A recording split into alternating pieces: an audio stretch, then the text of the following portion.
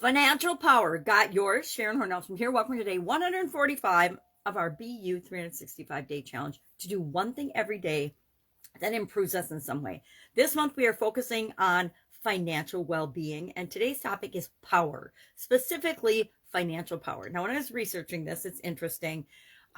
We all have our own thoughts and feelings and beliefs about our level of financial power, and whether you consider your financial power success or how you define success, we all have a different gauge on where we think we are on our journey to achieve the financial goals and objectives that we want for ourselves. And with that comes a certain amount of power. Now, I'm a much bigger fan and believer in personal power, because the more I learn about finances, the more I understand that I don't have a clue about how the overarching world of high-powered finance actually works. I mean, I've got the basics, but I really don't understand the detailed workings of it. It's one of those industries I have not been a part of, except working with them in different areas and aspects of business and in life, but I haven't ever worked in the financial industry or the financial sector. So it's still a little mystery to me. But we're going to talk today about how do we achieve the level of financial power that we want, because it's available to all of us, believe it or not. Only 1% of the population is actually born with a silver spoon in their mouth. That's our idiom for today. In America, anyway. I don't know what it is in other countries, but in America, it's about 1%. That means they're really, really wealthy, and they're born that way. So they automatically come into this world with a different set of beliefs, thinking, mindset, because that's what their parents will teach them. They'll teach them the way they think, which is differently than the 99% of the rest of us, right? So how do we achieve whatever it is that we want financially, given that we're not born rich, right? And it's possible for anyone. I've learned over the decades that it's more important my choices and what I choose to believe and think than any outside circumstances. Anything outside of me, I mean, if I were to count the number of times people told me something was impossible, or I couldn't do it, or that I was crazy and I was fooling myself, and then I went ahead and did the thing I said I was going to do anyway, I've lost count of how many times I've done that, because people outside of us and people other than us will tell us a lot of the time what we think or believe is crazy, but they're just telling us they can't believe it for themselves. It's crazy for themselves. It's not necessarily something that we can't do. And once we get over that and stop caring and believing what other people tell us we're capable of, and just choose and test and push our boundaries and figure out what we are capable of, anything is possible.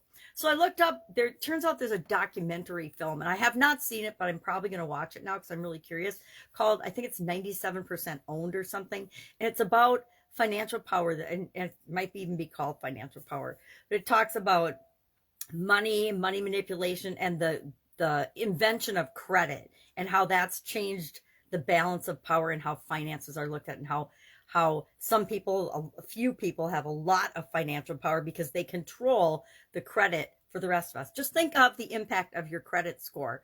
If you don't know what your credit score is, it's one of the first things we want to do, is we want to understand and learn more about the world of finance, how it works, because there's things that are outside of our personal individual control, right? But it doesn't mean we have to let those things stop us. If you have a bad credit score, who cares? That you can still create what you want. You just might have to go about it differently than somebody that has a good credit score, right?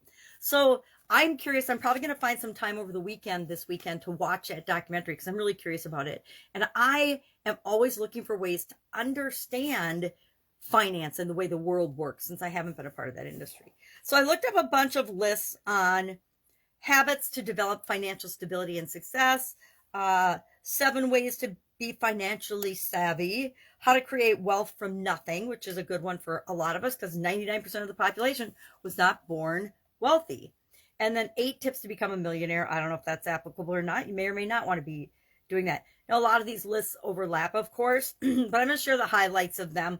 I think we'll start with 10 habits to develop. I'd say financial stability, financial success, and financial power could all be the same thing to us. At least it's all the same thing to me. So number 1, make savings automatic. Number 2, I guess that goes along with the belief of paying yourself first.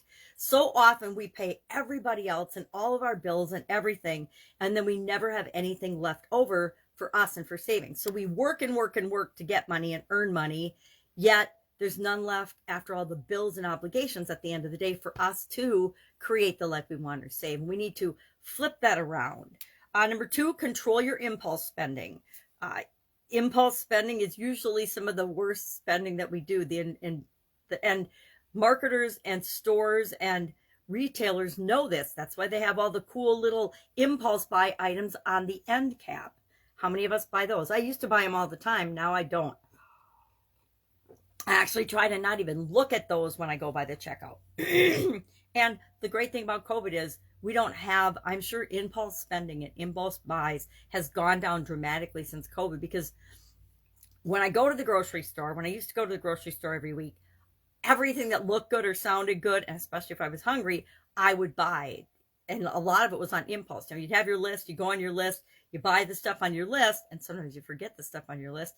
But then you'd also buy probably the same number of items on impulse, at least I used to until I got better about it, as were on your list. And with COVID and online shopping, it's a lot easier to, number one, miss stuff, but not get the impulse things, just get the things that you really need. So I think that's one of the benefits for me personally from COVID is the online shopping and the grocery delivery and things means I buy stuff that I should get and is good for me, and a lot less of the impulse stuff. Number 3, evaluate your expenses and live frugally. Frugally, just like success and power and everything else, is defined by you. I think it means live within your means so that you have some money to set aside and save and invest in your future. Number 4, we always want to be investing in our future. I will say forever, the best investment you can ever make is in yourself, in learning, growing, personally developing. Learning more about finance would be a much better way to invest in yourself and invest in your future than going out and giving your extra money and savings to the first, financial planner that you run across. Number 5, keep your family secure. Number 6, eliminate and avoid debt. Now, debt is another topic that you need to learn a lot more about, because depending on what you're doing, debt to acquire income generating property or assets is not necessarily a bad thing. Remember, our home, our primary residence, unless we rent it out, is not income generating. Therefore, it is not an asset, it is a liability. It's just like our car. Our car we drive to and from work. Yep, we need it to drive to and from work, but that is an expense, a liability. It is not an asset. So learn the difference between assets and liabilities, and how to manage and understand that so that you know whether you're investing wisely or not, and what's an investment versus what is an expense. So eliminate and avoid debt. Use the envelope system, and I'm not going to go into that, but it's basically, you have envelopes for each different category, 50% of what you make, and I'm not going to do the percentages because it's up to you and based on your particular needs. But there's a system where you make it automatic to divvy up your money, and that way you automatically put 10 to 50% in savings or investments, etc. Pay bills immediately or automatically. Nowadays, it's so easy to pay bills online. I have actually given my vision challenges, most, if not all, I still have a couple things that I write checks for, but for the most part, certain expenses and things are automatic. But you have to keep an eye on those recurring expenses, because sometimes they go up, sometimes they change, sometimes they make mistakes, right? I don't know if I've ever shared the story about my $68,000 electric bill that was going to come out of my bank account automatically. And let's just say that was, 10 times more than what would normally be my utility bill for my business. So number 9, read about personal finance, read about finance, learn about finance, how it works, so that you know how you can use it to your advantage. And then 10, look for ways to grow your net worth, right? Look for multiple streams of income. We've talked about that. Look for ways to increase your net worth, what you're worth, because that helps you to get better credit, get access to more funds, because debt can be used in a positive way, etc. We're not going to go into all those details. This other list, let's look at 8 tips to become a millionaire. And I don't know, I'm not going to comment on these. Stay away from debt is number 1. And again, debt, this is assuming debt is bad, but debt is not necessarily bad. Number 2, invest early and automatically. 3, make savings a priority. 4, increase your income to reach your goals faster. 5, cut unnecessary expenses. 6, keep your millionaire goal front and center. 7, work with an investing professional. And I'm going to put the emphasis on professional. Make sure you do your due diligence. And if you're going to work with a professional, pick him or her wisely. And number 8, put your plan on repeat and automatic. Put your plan in action and work your plan. So today, what is our action item? I would say, let's just answer this question. Do you have all of the financial power that you want right now or yet? And, my answer is no. I don't have all the financial success and power and that I want yet. Not yet. Will I? I plan on having it, but I don't right now. So my answer would be no. So just share in the comments below. Yes, no, question mark, no idea. First time I've thought about my financial power and what it means to me. And I'll be with you tomorrow. I'm not sure what our topic is tomorrow, but it's going to be something about our financial well-being. Any questions about the financial well-being, financial area or aspect of our life that you're afraid I might not touch on, please let me know. Ask in the questions or comments below or direct message me.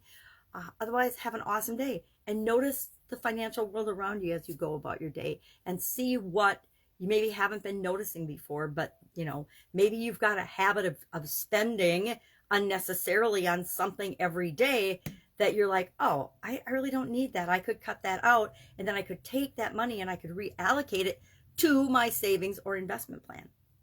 All right. Have an awesome day. I'll be with you tomorrow. Bye.